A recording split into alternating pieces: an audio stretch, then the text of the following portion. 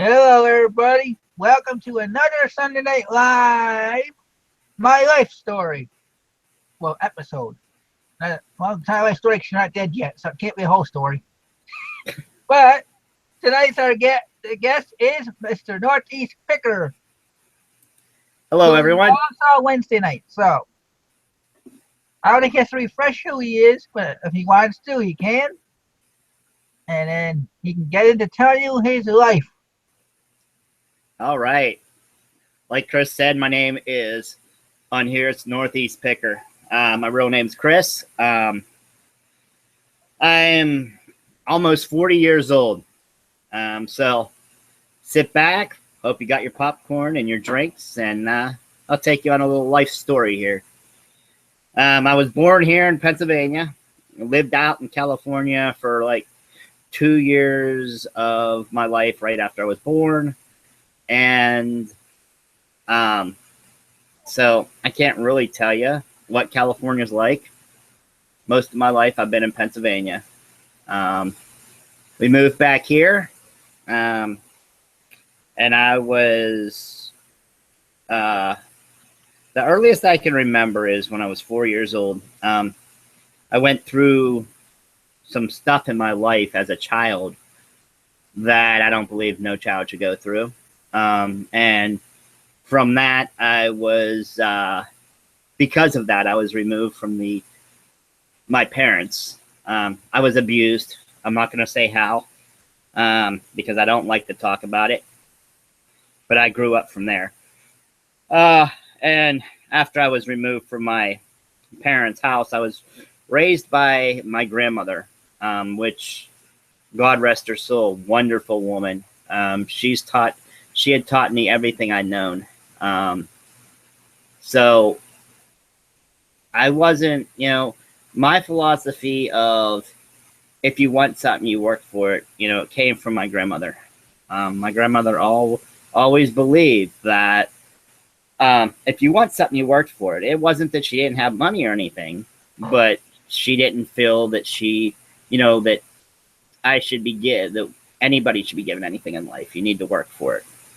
When I was about 12 years old, because I would always, as long as I can remember, I'd always wanted to be a volunteer firefighter. So when I was 12 years old, I went up and joined the local volunteer fire department as a junior firefighter. And that pretty much, it gave me a father figure that I didn't have in my life. And because of all the camaraderie in the fire service, everybody looked out for each other. And to this day, I'm still a member of the fire department. I don't run many calls right now, and you'll find out why here later in my story. I was at age 15, I believe it was. I was in a very bad vehicle accident. I was with a friend, and I didn't know it at the time, they had been using drugs, and they crashed, and I was in the car. So I was laid up with some injuries for about probably a little over a year, I think it was. I learned a valuable lesson there. Don't get into a car unless somebody hasn't been drinking or using drugs. I had never used drugs. I didn't know that my friend was using drugs. And that's how that happened. When I became the legal age of 18, I didn't do the smart move. I finished out 11th grade, and I figured I'm 18, I'm going to go to the fire academy and become a paid firefighter. So I left school after finishing 11th grade, didn't go back for 12th. And I became a paid firefighter for a little bit. But through this whole time, my grandmother, we would always go to local yard sales, local flea markets and stuff like that. And I had loved I guess it was the hunt for the next treasure, even as a kid.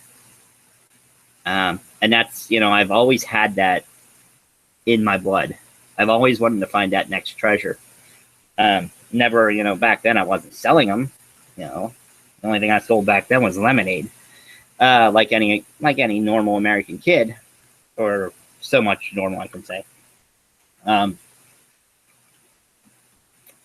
But at 18, like I said, I left school after finishing 11th grade, went to the fire academy, graduated from the Pennsylvania State Fire Academy, and it went on to be an on-call paid firefighter up in the state capital. I lived up there. That was where I first met my first ex-wife. I lived up there for a few years, and came home from work one day sick, and she had happened to be in the middle of cheating on me with my very good friend. So that didn't work out. So I came back to the area of Pennsylvania that I grew up in, which is near Pittsburgh. I've always been in the western part of Pennsylvania most of my life. And come back, I became an EMT, and I ran ambulance for the longest time. But along with running on the ambulance, I did stuff on the side. I'd still go out and find those treasures. I mean, everybody else that I knew, they'd be getting their paychecks, and most of my friends would go to the bars or, party somewhat. Because in EMS and fire, it's a stressful job that we do. So everybody used to let off stress that way. Me, I'd go and spend my money on what I think was treasures. They were treasures to me anyways. So yeah. Then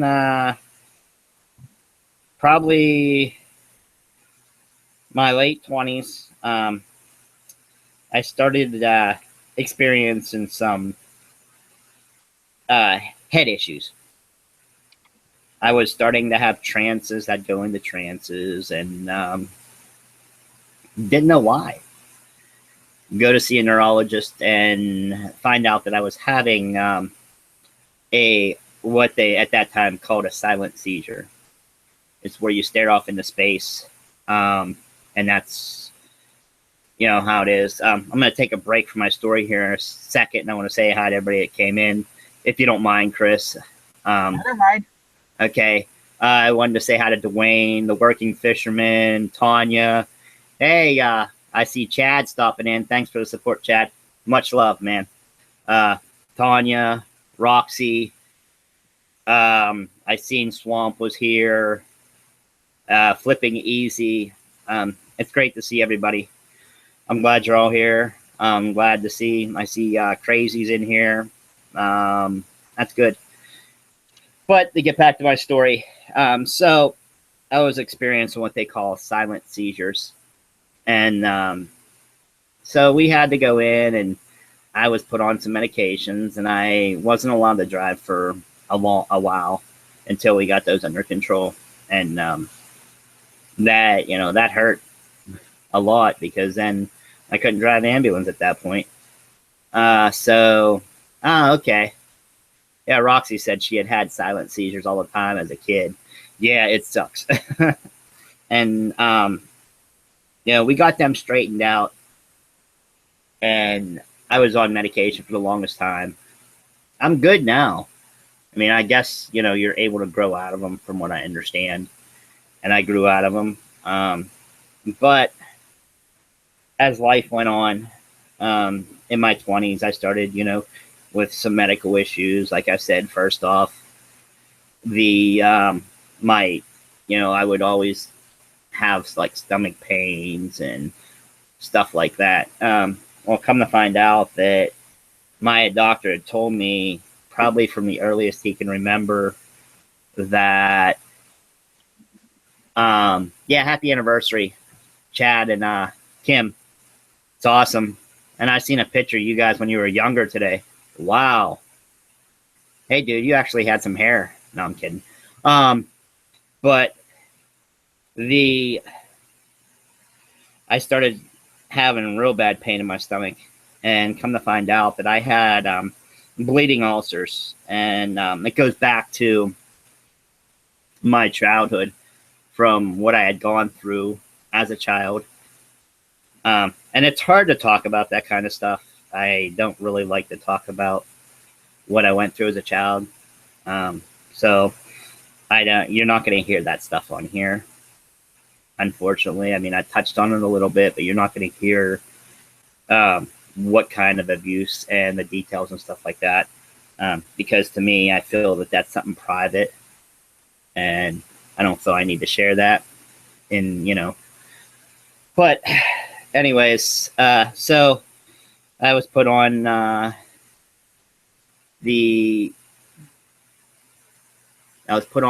think it was, what was that purple pill? I think it's Pralisac or something. Yeah.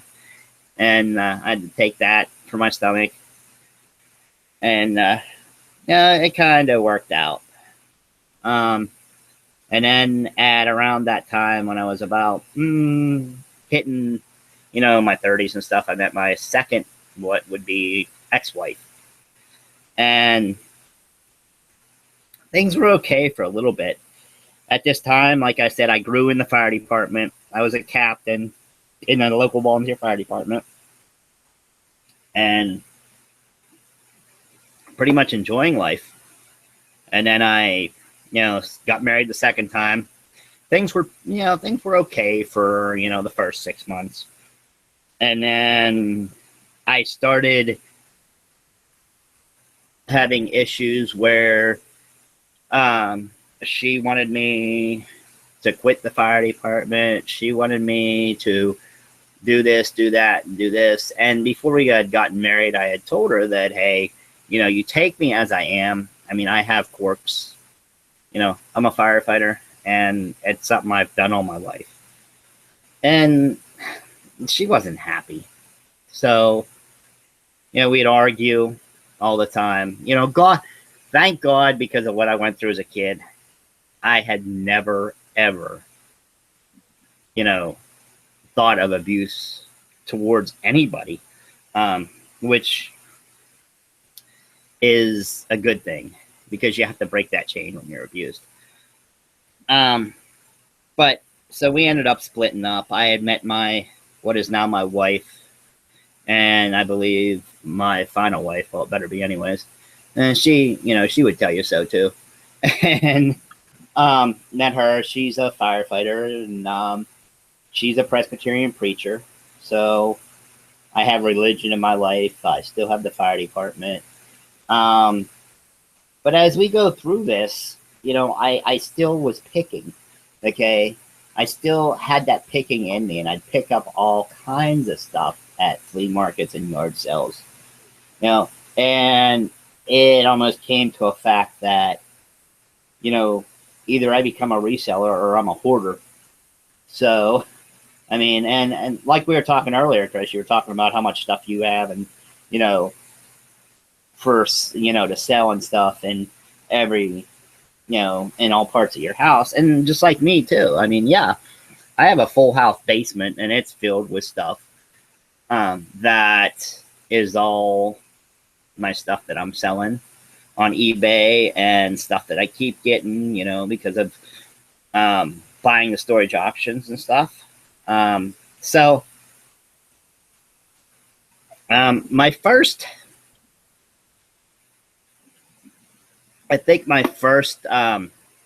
idea of picking was whenever I'd gotten, as a teenager, I'd gotten a metal detector, and I used to love to go out and just search for things. You'd find pennies, quarters, stuff like that, and it kind of grew on me. And to this day, yes, I still have a metal detector. Don't use it. This chubby boy here, I don't get out as much as I should to exercise, to go walking through the woods and stuff to search for those relics.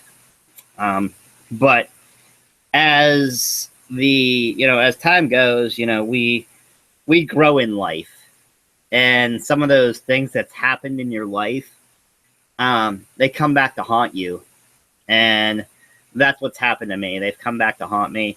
The stuff that I went through as a child come back to haunt me, and caused me all kinds of medical issues. I have never been a heavy drinker. So whenever, you go to the doctors and you say you got liver problems and gallbladder problems and stuff like that, the doctor automatically thinks that, hey, this person was probably a heavy drinker. Never a heavy drinker. One of my downfalls was drinking energy drinks. I will tell you, people, energy drinks can ruin your liver too. The stuff that's in them, no good for you. But these last, all through life, I've had, little medical issues here and there. And I think that's probably one of the reasons I became an EMT, to try to treat myself. Not sure how well I do, but try to treat myself, but it don't work. No, Tanya said she had a liver transplant and she had never been a heavy drinker. So there you go. It doesn't have to be that you're a heavy drinker to have liver issues. But I know I keep jumping around, Chris, about my whole life. I'm not doing it in order, so I apologize. But this is just how I remember stuff, okay? Is that all right with you? Yep. It is, for some reason on my end, every once in a while you're freezing, but I still hear you, so I'm not even going to worry about it. Okay, I'll try not to move as much, then I won't freeze. No, not you. I think it's my internet acting up. Okay. All right. And it's, going back to when I was a teenager and, experiencing life. Yes, I've gone through, I'm not, I don't like to say this, but yes, I've gone through therapy because of what I've gone through as a kid. And, and I have, I have a diagnosis of depression. Right when I was taken out of right before I was taken out of my parents' house because of what was going on as a kid, I had a suicide attempt. I'm not proud of that. That's something that I'll never think about again. Well, I can say that I wouldn't want to think about again. Because, I've learned that I don't think there's anything in this world to try to kill yourself over. I've learned that now. And, I mean, it took me a few years to learn that, I was so beaten down and stuff. It took me a few years to learn that I was actually, worth something. I wasn't this worthless piece of SOB or whatever. And that's why I have issues like, even today, I have issues of low self-esteem, thinking, even though I have these friends thinking, oh yeah, they're probably, thinking something different about me when they're not around me or when they're not talking to me, they're probably saying that, different things about me. And that's just part of the way I grew up. So, yeah. Roxy says she thinks therapy should be mandatory coming out of abuse.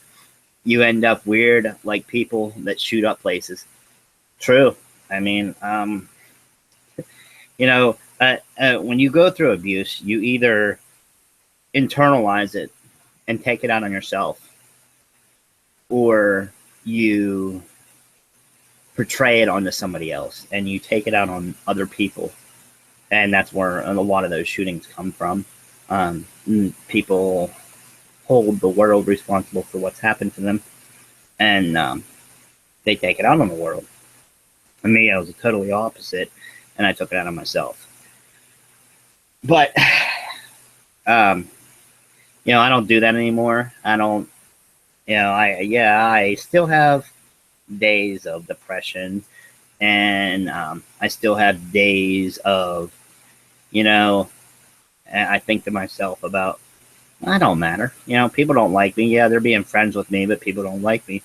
But with my wife that I have now, God bless her, she has done a lot for me. She has showed me that I matter, um, that I'm a person, and that no matter what happens in life, I can get through it, even if I need a little help. So, I mean, I'm glad I have her. I just wish I would have met her back when I was 20 years old instead of going on, I'm going on 40 now. But people come into your life whenever you need them the most. And so, get back into where I'm at, where I've been. 2.5 years ago, I was fighting a fire. I was on a roof. It was the middle of winter. And we were there for a chimney fire that had extended. And the roof had iced over, unbeknownst to me. And when we were coming off the roof to try to get back to the ladder, I pretty much ice skated off the roof. All my friends tell me I was like a cat, and I landed on my feet. But that's how I broke my back. That's how I got a compression fracture in my back, because I landed on my feet. So I was rushed by ambulance to the hospital from the scene of the fire. The ER doctor looked at me. He says, you're lucky to be even walking. He said that if I would have landed a different way, I probably would have been paralyzed from my neck down. So I ended up breaking my back, which meant couldn't be an EMT anymore. I could still be a volunteer firefighter and do light stuff, but I couldn't be an EMT anymore because I couldn't lift patients all day. And this is how it goes back to how I always wanted to do the treasures and stuff like that. Since I was, since the shows had come out, I've always wanted to be. Oh, hi, Neil. I've always wanted to do the storage auctions. So when I broke my back, which took me, I had to wear a hard, what I called a turtle shell brace for 7 months. I had to, the only time I was able to take that off was whenever I was showering. I had to sleep in the thing and everything. And let me tell you, for 7 months, I probably didn't get as much sleep as I should have, because those things are a pain to sleep in. So got the brace off. Doctor said, listen, you can't go and be a EMT anymore because you're always going to have back problems. So, said to the wife that I have now, I said, I've always wanted to, be my own boss anyways. I've always wanted to do this, do that. So I started watching videos and, doing a lot of research on, eBay and storage auctions and stuff like that. And during that time, I was also getting more involved with the church, because my wife, like I said, she's a Presbyterian preacher. So that is one thing that we have is our religion. And so my time was split between doing stuff for the church and keeping trying to learn the business. So she went out and bought me some books that were by somebody that did storage auctions. I'm not going to drop names of people that the books are from. But so she went and bought me those, and I, read some of those. I had watched videos of just, the storage auctions and eBay and stuff like that. And the main people that I was always watching are the people that I gravitate to now that are my closest friends in this business. People like Chris, Chad, Ronnie, Pete, Yard Sale Hunter. And I've learned a lot from them. And I'm not only talking about with reselling. I'm talking about life. There's always in life, you look at it like, poor me. Some people look at it, poor me, poor me, poor me. I wake up every day and say to myself that there are people worse off than me and worse off shape than me that get out there and do what they have to every day. So I need to do that. It doesn't matter what I'm doing. It doesn't matter if I'm reselling. It doesn't matter if I'm singing. It doesn't matter if I'm playing the guitar. I have to, if I want to do it correct and I want to do it, right, I need to keep doing it. And that's what I do every day. I wake up, and I'm like, we're gonna do this. We'll do this. I had a therapist once tell me, and this is when I was younger. Therapist once tell me I can either sit and be mopey and self-pity on the rest of my life because of what happened to me, or I can get out there and change it. I'm the only person that can change how my life is. I can't I can't put that on somebody else to change how my life is. And every day I tell myself that. And yeah, Tanya, right now somebody is taking their last breath. And, I can sit here and say, oh, my back, because yeah, I have pain every day. And, but I refuse to let that beat me. I have friends that have had cancer. I've had friends that are amputees and stuff like that. And if they can find the strength that, if they find the strength that they go on and live their life, and do everything they want to do, then I should be able to do that, because I'm up walking around, I'm breathing on my own. So I'm not connected to machines. So I need to be out there.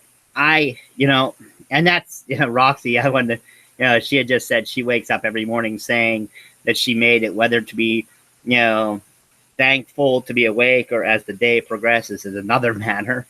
I wake up, whenever I'm out and people, friends of mine will say good morning or something like this, how are you? And my favorite saying is, I woke up this morning on this side of the dirt. And that's the way I look at it, because every morning that I wake up and I'm still alive is a gift.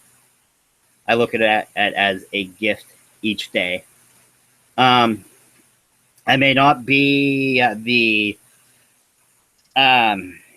richest person. I may not be the most popular person. I may not be, the most political person, but I'm me. And I work on that every day. I work on being me, being my true self, and portraying that, and not portraying something that I'm not. My grandmother, she instilled so many values in me. And I the way I honor her since she's passed away is, I do what she's taught me to do. I live my life, the good life. I'm not saying that I'm perfect, that I never do anything wrong, because that's far from true. Um, we all do, you know, we all have our quirks. We all do something, that, just until recently I was smoking. Um, and I've given up smoking. I've given up the caffeine. Um, and just recently, last year, and like I said, I was abused. I was taken out of that abuse. But my dad passed away last year. And, for the longest time growing up, I hated my dad because of what he put me through. I didn't want nothing to do with him. I didn't want to talk to him.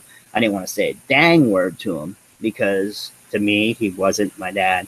Um, but my dad, unfortunately, my dad was a very abusive alcoholic. And I think that's why I don't drink heavy, because I didn't want that to happen to me. Um, but and that caused him some medical issues. And my dad died from a disease, that was called Jacob's Creutzfeldt disease. And the only way the doctor could explain it was the human equivalent of mad cow disease that turns your brain to Swiss cheese. And somebody had asked me, after my dad passed away and stuff like that, somebody asked me, were you, because of what your dad put you through, were you happy that he suffered when he suffered? And I said no. I mean, just because of what somebody put me through, I don't wish nothing bad on them. Was my dad in jail for what he did to me? Yes. But, and people say justice has a strange way of working itself out. But I don't think of it like that. He was a very disturbed person. And, before he passed away, I told him I loved him. And I did. I mean, because he helped bring me into this world. He did, he did. He helped bring me in this world. It may not, I wasn't in his care for most of my life, him or my mom's care for most of my life. No, Roxy, the doctor told me that it isn't hereditary. So, I'm okay with that. Thank God. But I have, if you all have remembered, I was off the show for a while. I was going to be a co-host on Chris's show, and I did it for a couple weeks, and then I was off with some medical issues. My gallbladder was starting to go. My liver was in bad shape, and that was because of the energy drinks I drank. So, where I've been working on getting those corrected, getting my health back up to par, and doing what I have to do every day to remain healthy. I will be turning 40 in June, and I want another 40 years because I have just started, I've just started living my life and having fun. And, I know this is supposed to be, my life story. And I have to add the reselling into my life story because that's me. That's where I'm at now. I'm a reseller, but I couldn't have got here without going through what I've gone through in life. No matter what you go through in life, always have it make you a stronger person. And that's the way I feel. I'm like a record, but I have scratches on me. And that's fine with me. I've come to accept that. I've come to accept the fact that, I'm no Beatles White Album. I'm a Hank Williams Jr. um, country album. So, and that's me. And with life, we go through tests every day. And with that, we can either let those tests beat us or we beat those tests. And I concentrate every day of beating each test, and doing what I have to do to live and to be here and have fun, and learn. There's a saying that I like. There's a saying that says, "If you aren't learning, you're dying," because you have to keep your brain exercising. But yeah, I mean, does anybody have any questions as of now? So I'm not seeing any questions yet, so okay, thanks. from my wife, so don't Yeah. take that one. I had told her that the hereditary, it's not hereditary. And Roxy's right. We can live with scratches, and even broken records can be fixed with the right glue. And, it's funny you say that, Roxy, because my glue in life is my wife. And I don't want to tear up, but I mean, she has brought me back to life. I I was giving up on life. I figured I was a failure and stuff like that. But she has brought me up. Oh, I just seen that question. Dwayne, where did my hair go? I haven't had hair since I was 18 years old. And that's okay with me. If that's the way I am supposed to be, bald, that's fine with me. I don't have to cover it up. I look at it like this. When I get in the shower in the morning, I don't have to take the time to scrub my hair. Throw some shampoo in it, lather it up, and wash it, and I'm done. So that works better for me. And Yvonne says, what does my wife think about my reselling? My wife supports me with it. She,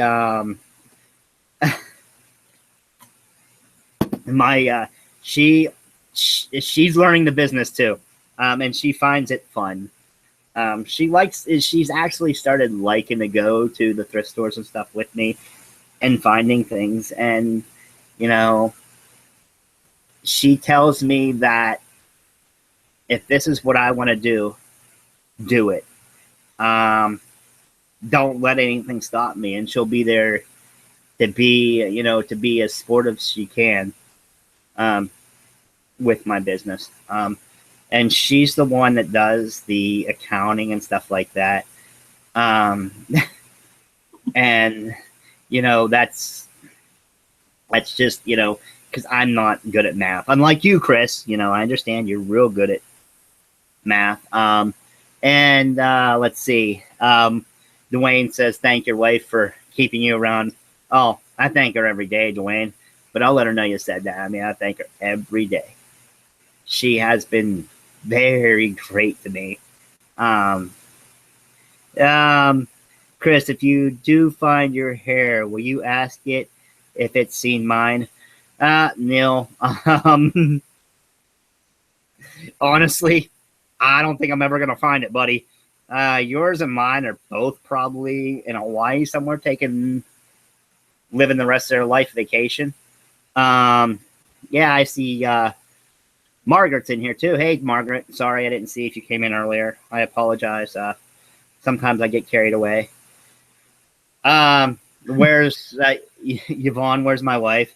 My wife is in the public eye enough. Being a preacher, she doesn't like to get on camera. So unfortunately, you're not going to see her on cam. And, and I understand that, she's the silent partnership of this business, I guess. And I'm fine with that. I mean, but, in reselling, I guess in life, we can compare it to reselling. Um, because in life we have things we want to hold on to that after a while we get rid of. Um, and that's the same with reselling. Um, we hold on to stuff as collectors because even if you're a reseller, you're a collector too. And then um, and then you learn to let it go. And that's the same way with life. And, each day, if there's somebody in the room right now that, has those depression issues, has those issues of, not thinking that they're worth it, not thinking that they do anything right, um, come talk to me.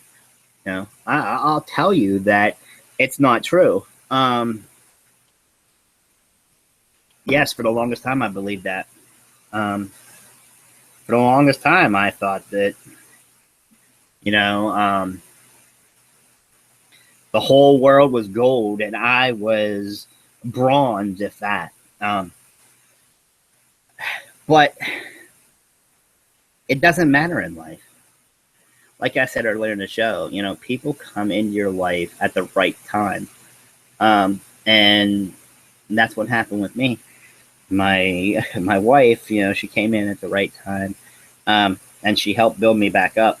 And every day she helps build me back up. And a funny story is, I've done. She calls it bad reseller move number 622. What happened this weekend was I went to a yard sale and I was looking at all these Nerf guns. Which, if you guys are in the group, you've seen I picked up 4 Nerf guns. But I had walked away from that yard sale even after seeing 2 new in the box Nerf Vulcans. And, they were asking 20 a piece for them. And these were new in the box. And I got back and I told my wife about it and talked to some other reseller friends of mine. And, my wife's like, you better go back and see if they're there. Because everybody knows they're like $200 guns brand new. And I went back and I learned the hard way not to walk away from a yard sale item if you really, really should have it, because those were gone. I mean, I picked up some other good Nerf guns, but my wife now calls that bad move, reseller bad move 622. So, I put I mess with my label maker all the time. So I put this thing on my desk that says, do not repeat bad reseller move rule number 622. To remind myself that I don't do that anymore. Because I lost a lot of money. But, and that's the part that, that's the part of, how my wife is. Roxy says that it's easy to tell yourself that you're worth fighting for and very hard to convince yourself. That is very true. You can sit there and say it all day and still not be convinced until, yeah, I know, Dwayne, rookie move. What can I say? But, you can sit there and tell yourself that all day. But the thing is, to convince yourself, you have to get out there and act on it. You have to get out there and do the work, to convince yourself that you are worth it and you're worth fighting for. And my wife pretty much taught me that. Dwayne says he never makes the same mistake twice. It's usually 3 or 4 times. Oh, good Lord. I don't want to do that 3 or 4 times. That'd be like $1,000 running away from me, But, I mean, so the story of my life is, okay, no matter what happens to you in your life, you can get through it. you can overcome anything that you put your mind to. And that's the way I believe. And I know that I'm sorry for talking and talking and talking, Chris. If you wanted to get anything in there, I apologize. Well, I had you mostly on the whole time. The only thing I was going to say was there are times that you've come to me and said you had problems, and I've said, "What's up?" You actually didn't want to open up to me. See, you're offering yourself to other people to come to talk about problems. You got me, you got Roxy. Don't turn us down. Yeah. And that was the issue, Chris. And because until tonight, you didn't even know about the abuse. Nobody knew. That was something that I had kept private. None of my, I guess, friends out here in Cyberland knew, because it wasn't something that I was willing to share. And you know, and now I have, and it'd probably be easier to talk now. Now you're gonna probably wish that you're gonna tell. You'll probably wish you'll say, "Oh man, I wish I never would have told him to come talk to me." But No, but the you know that's just life, and we learn to live life. Um, and in life, you're always going to need help. Don't ever feel that you have to, and I've learned this. Don't ever feel that you have to face a problem alone. And I'll never do that again. And yeah. Margaret says it takes a lot of bravery to come out with troubles. Tons of people have pains that they feel are too great to share. But friends are there if you need them, if you're brave enough to reach out to them, which is true. And I didn't do that. I mean, I was going through, I think, was it 2 weeks ago, Chris? something like that. You were talking about asking me, Yeah. like, "Are you sure I did good enough on the show? Am I doing good enough?" And I kept telling him, "Even if you're not, we will figure something out. Because Yeah. I'm not going to give up on you or the show, and because that's the way I am. I'm just going to figure out what's best for the show, and I'm going to keep you on if I have to, or like I did with Sean. If you want to leave, then you go, or you have a seat back. I'm not going to sit there and say, okay, you're off the show, you're not coming back. Yeah. That's not fair to you." Yeah. But I think, what was it last week that I said I didn't want to talk about something? Was it last week or the week before that I was having issues? Well, I know you said a couple times you said you didn't really want to get into it, and I didn't Yeah. push you. I said, okay. Yeah. And yeah, and that's just, you go through growing up and you hide a lot, okay? And you get used to hiding a lot. But you learn that while you're hiding that, it's eating you alive. And stress will cause a lot of medical problems. And but that, like I said, I've grown, especially in the last year or so. I've grown, and the last couple of weeks I've really grown. I've learned that I do have friends, and the friends mean what they say, and they're not all all talk or anything, or they'll tell you something to your face and then PM somebody later and say, did you hear about this? And I've learned that not all people are like that. And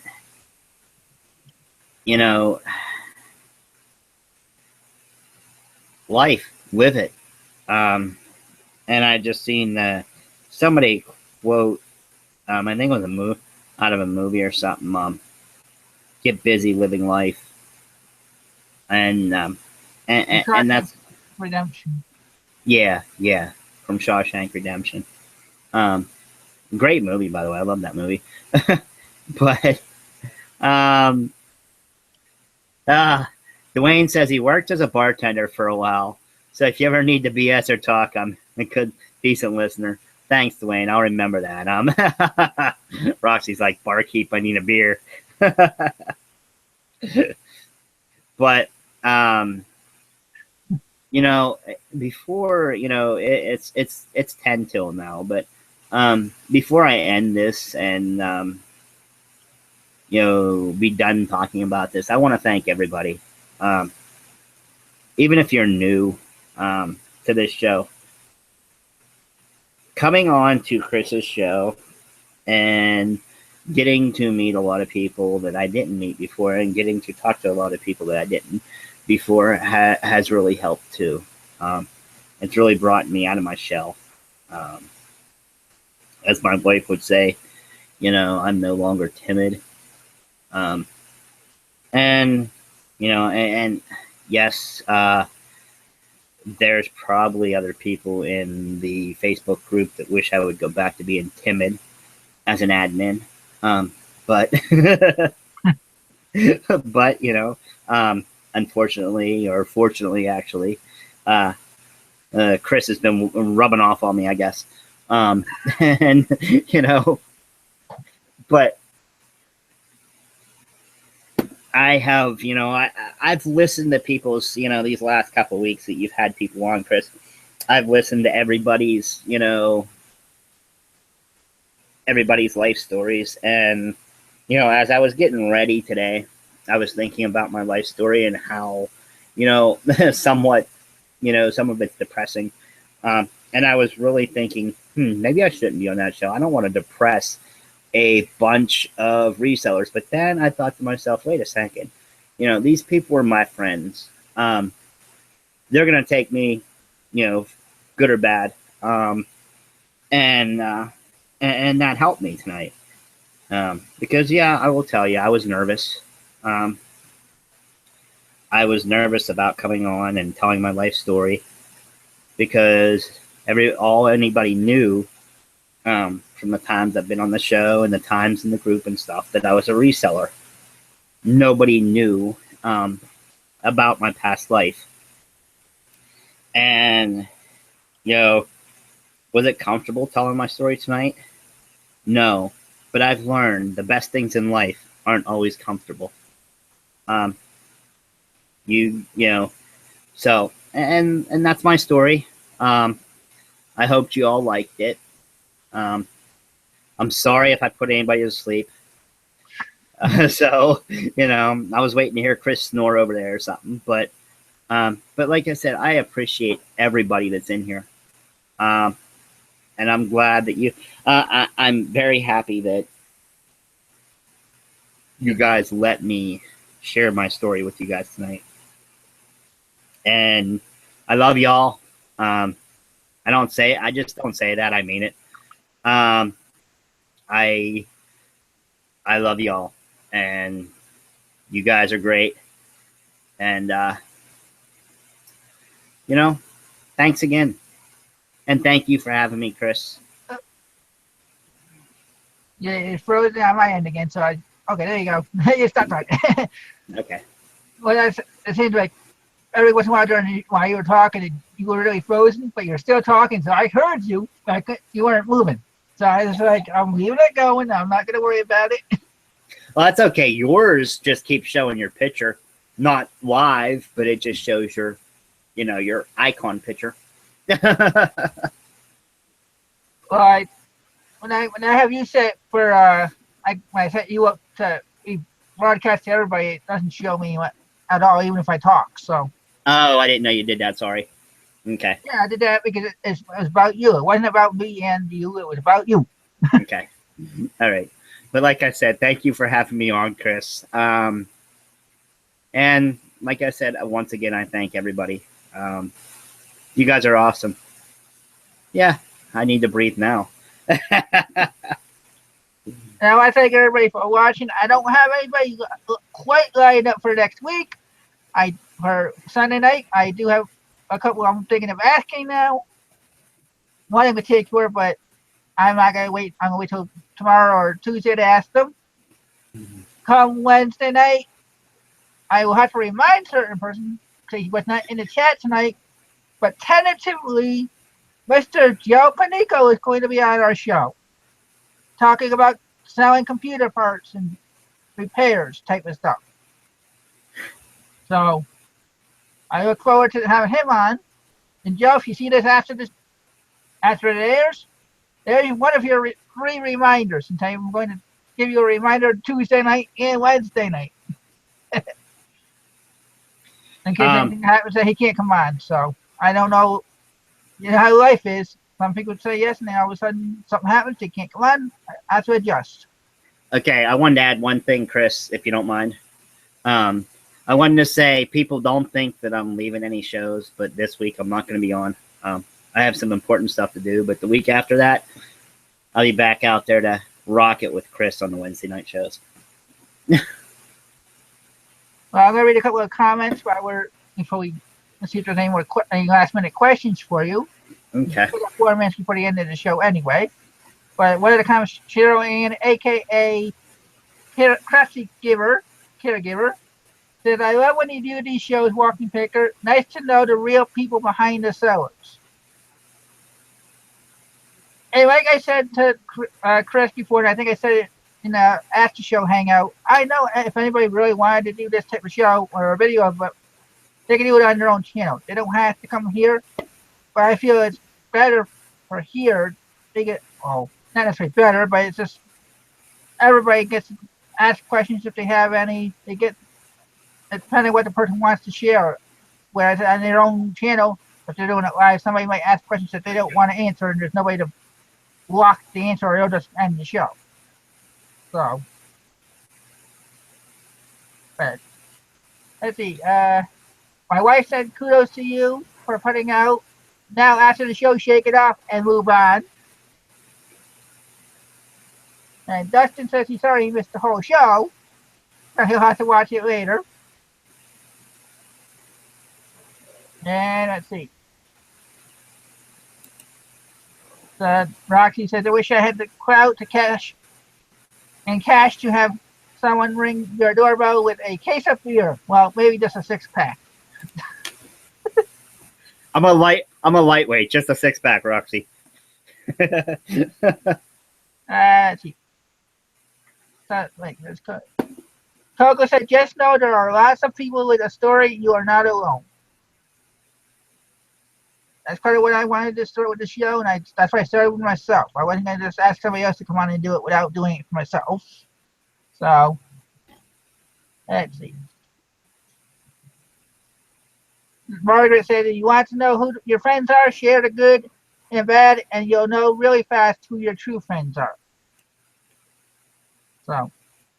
Yeah, I don't think I'm going to wake up tomorrow with half the viewers tonight defriending me on Facebook. I don't think I'm going to have that, so I think we're okay. You might end up getting more subscribers. You never know. You got to get a new video out. This week, guys, I don't like to promote myself on your show, Chris, but this week, stay tuned for a nice little haul video from this weekend. You can promote yourself on my show. You're part of my show. So if I can promote on other people's channels, why can't I allow you to promote on mine? Thanks, Chris. All right, everybody. We still got 2 more minutes. I've not seen any more questions, so I was just at 20 plus viewers. So get those questions in. I'm sure Chris will answer some of them. As of now, people, I'm an open book. I told you guys my deepest, darkest stuff. So now I'm an open book. I'll answer any questions. Yeah, and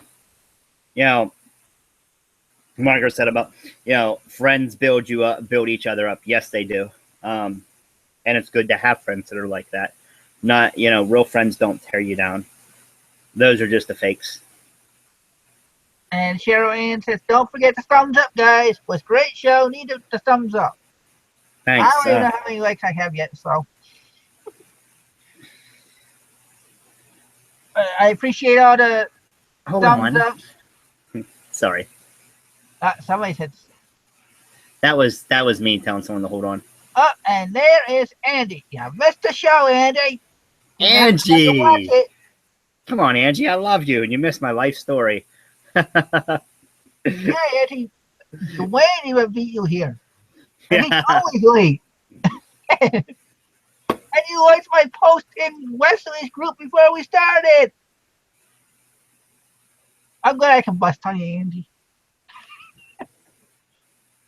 Thank you. Thank you, Angie. I'm glad you'll watch later. I really appreciate that. Um, yeah. And but I every one of you that are in here, I look at you guys as friends. Yeah, I may not know you out in the real world. But you guys, you guys are here. I mean, even every show that I've been to, you're here, and that's what friends are for. They support. And so, yeah. The wife trying to remind me there's a 2-minute lag. Oh, She geez. gotta go to the live button in order to see it live. Dwayne asked a question. You asked her, have you ever been in jail? No, Dwayne, I haven't. And I can't say that, I mean, there was times that I've done things wrong. I mean, I've broken the law, but nothing major. Nothing that. And here comes all the questions. Put me in jail. And then there's Dwayne. What's my favorite color? My favorite color is blue. My favorite food used to be anything greasy and fried. Well, that ain't gonna work anymore because of my gallbladder. So now I'm starting to like rabbit stuff, like lettuce and stuff. Coco asked me if I have any kids. I have a 18-year-old son that lives in North Carolina, from my first ex-wife. So, Joe, how late am I? Family just left. You'll have to rewatch the show. Like, Joe, sorry. What the heck was that? Somebody said that these shows are boring, so I just removed them. That's okay. They can say what they want. We know they're not. They're trying to be a troll. I'm not dealing with trolls. Exactly. Yeah, Coco, I have a 18-year-old son. He just turned 18. Lives down in Carolina. So, yep.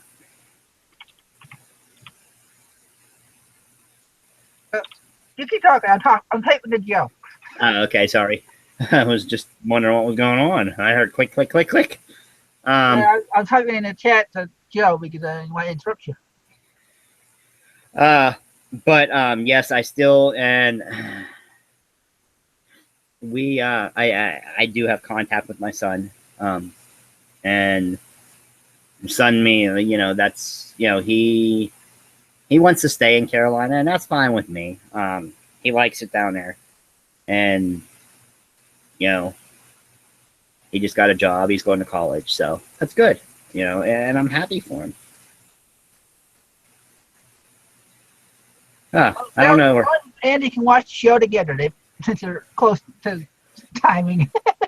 Oh, Joe, there's no reason to be sorry. There's things to do in life. But so there's no reason to be sorry. You've always been here. So there ain't, no rush, no man. You just watch the show afterwards if you want to. If you want to go on that train ride, Like I told Chris, we were gonna go on a train ride tonight. It was gonna be crazy train. Little Aussie thrown in there.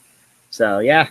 I took you guys down a crazy train ride, so there we go.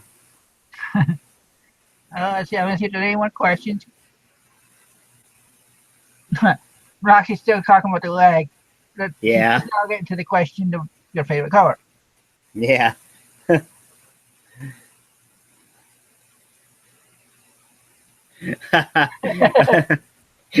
right, Ange. As long as you got your ticket. Just know you're not going to be having Sharon on the train with you. Yeah, Ozzy and Sharon are getting a divorce now, so you only have Ozzy on the train now. Yeah, we're gonna do an after show for a little bit, Joe. I'm gonna send the link in the Reseller Society though. So Wait, Roxy just asked if we could start over for the latecomers. No, ain't happening. Sorry, I love you guys, but ain't happening. going through it once is enough for them. Yeah, yep. Choo choo, Angie. Choo choo. All right, and Joe, I'm gonna remind you again. You're gonna watch it. You're gonna hear it, but you're gonna hear it now again. You're on Wednesday night. I will be texting you Tuesday and Wednesday to remind you.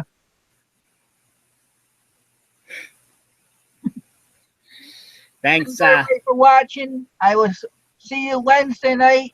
I don't know if I'll be doing any videos in between now and there, but we'll see. Thanks, Chris, for telling everybody your life. I know how hard it was for you, but we're all here for you. So I will see y'all in a little bit if you come in for the after show. If not, we'll see you Wednesday night. Night, everybody.